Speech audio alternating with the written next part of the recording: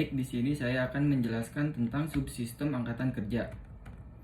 Angkatan kerja adalah mereka yang mempunyai pekerjaan, baik sedang bekerja maupun yang sementara tidak sedang bekerja karena suatu sebab, seperti petani yang sedang menunggu panen atau hujan, pegawai yang sedang cuti, sakit, dan sebagainya. Di samping itu, mereka yang tidak mempunyai pekerjaan tetapi sedang mencari pekerjaan atau mengharapkan dapat pekerjaan atau bekerja secara tidak optimal disebut pengangguran.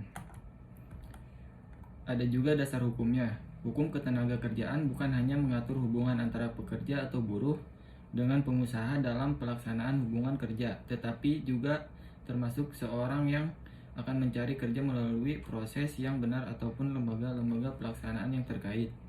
Hukum ketenagakerjaan adalah merupakan suatu peraturan-peraturan tertulis atau tidak tertulis yang mengatur seseorang melalui sebelum, selama, dan sesudah tenaga kerja berhubungan dalam ruang lingkup di bidang ketenagakerjaan, dan apabila dilanggar dapat terkena sanksi perdata atau pidana, termasuk lembaga-lembaga penyelenggaraan swasta yang terkait di bidang tenaga kerja. Slide kelima, manfaat. Dapat dibagi menjadi 3 karakteristik. A. Manfaat bagi diri sendiri. Dapat memberikan penghasilan bagi diri sendiri, karena apabila seseorang dapat bekerja, tentunya dia akan mendapatkan penghasilan dan memberikan kesempatan kepada diri sendiri untuk terus berkembang. B. Manfaat bagi perusahaan. Memberikan kemudahan bagi perusahaan dalam kegiatan memproduksinya. Artinya, dibantu oleh para pekerja. Kegiatan produksi perusahaan dapat lebih mudah dikerjakan dan dapat lebih cepat diselesaikan dan dapat memberikan tingkat produksi yang lebih banyak, di mana dengan adanya tenaga kerja, tingkat produksi perusahaan menjadi lebih meningkat. Yang terakhir, C. Manfaat bagi negara. Membantu negara dalam menurunkan tingkat pengangguran dan menaikkan perekonomian negara, dan membantu negara dalam menciptakan lapangan kerja bagi angkatan kerja yang belum mendapatkan kerja.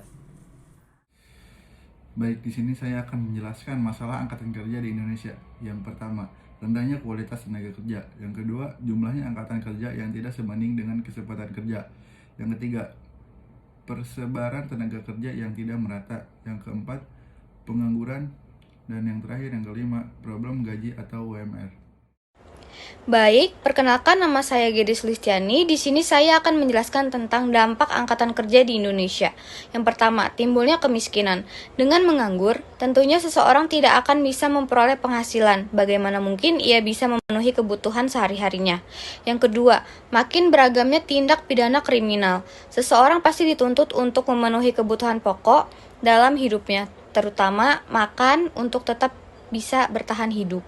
Yang ketiga, bertambahnya jumlah anak jalanan. Selain maraknya tindak pidana kriminal, akan bertambah pula peran pengamen atau pengemis yang kadang meresahkan warga. Yang keempat, terjadinya kekacauan sosial dan politik, seperti terjadinya demonstrasi dan perebutan kekuasaan. Yang kelima, terganggunya kondisi fisik seseorang. Terjadi pembunuhan akibat masalah ekonomi, terjadi pencurian dan perampokan akibat masalah ekonomi juga. Rendahnya tingkat kesehatan dan gizi masyarakat, kasus anak-anak terkena busung lapar. Yang keenam, pengangguran. Pengangguran bisa menyebabkan masyarakat tidak dapat memaksimalkan tindak kemakmuran yang dicapainya.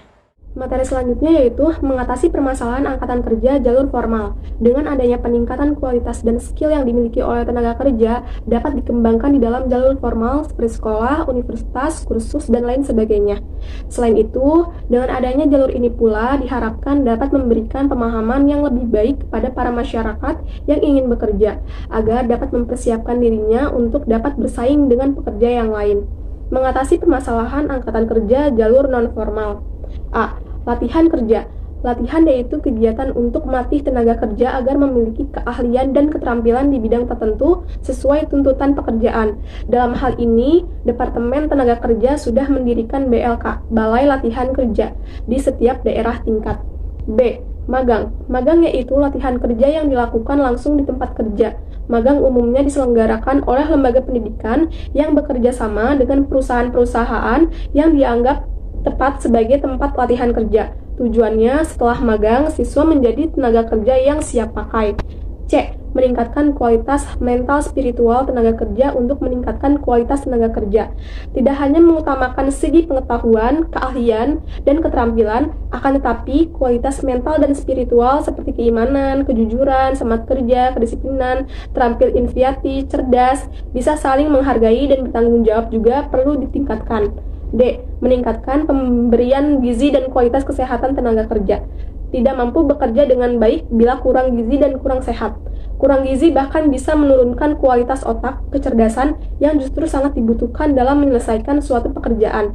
Dengan demikian, peningkatan pemberian gizi dan kesehatan sangat dibutuhkan untuk meningkatkan kualitas tenaga kerja. Bismillahirrahmanirrahim. Assalamualaikum warahmatullahi wabarakatuh. Dari materi yang telah teman-teman saya sampaikan, dapat disimpulkan Angkatan Kerja merupakan sekelompok penduduk usia produktif yang sudah mempunyai pekerjaan atau sedang mencari pekerjaan. Artinya, sekelompok penduduk ini dalam usia kerja yang siap melakukan pekerjaan, yaitu mereka yang sudah bekerja maupun mereka yang sedang mencari pekerjaan.